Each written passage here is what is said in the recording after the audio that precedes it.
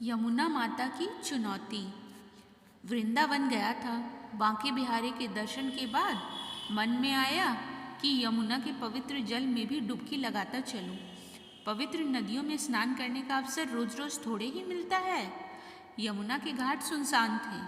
हाँ, बंदरों की सेना अवश्य अपनी इच्छानुसार वहाँ विचरण कर रही थी।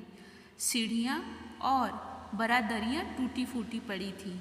लगा कि वहाँ महीनों से सफाई नहीं हुई है, परंतु मुझे तो स्नान करना ही था। जल में प्रवेश करने से पूर्व मैंने दोनों हाथ जोड़कर ऊंची आवाज में कहा, यमुना मैया तुम्हारी जय। मुझे मैया नहीं, अपनी दासी कहो बेटा, और दासियों की जय कभी नहीं बोली जाती। अचानक एक उदास सा स्वर मेरे कानों में पड़ा, जैसे कि कोई दुखिया बूढ़ी औरत बोल रही हो।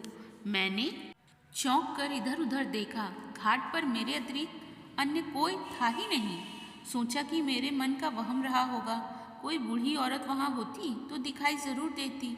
मैंने झुककर हाथ से जल का स्पर्श किया और उसे माथे से छुआते हुए कहा, माँ मुझे अपने पवित्र जल में स्नान करने की आज्ञा दें। इतना कहकर मैंने अपना दायां पांव आगे बढ़ाया ही था कि फिर से वही स्वर सुनाई दिया, बेटा दासियों से आज्ञा मांगना कब से शुरू कर दिया तुम लोगों ने? इसमें डुबकी लगाकर क्यों अपनी सेंट लगी देह को गंदी और बदबूदार बनाना चाहते हो? आवाज़ सुनकर एक तरह से जड़ होकर रह गया था मैं समझ गया था कि आवाज़ यमुना के भीतर से ही आ रही है। इसलिए साहस करके कहा, माँ जी हम भारतवासियों के लिए तो आप हमेशा से ही माँ से बढ़कर वंदनीय और पवित्र रही हैं और रहेंगी। कृपया स्वयं को दासी मत कहिए।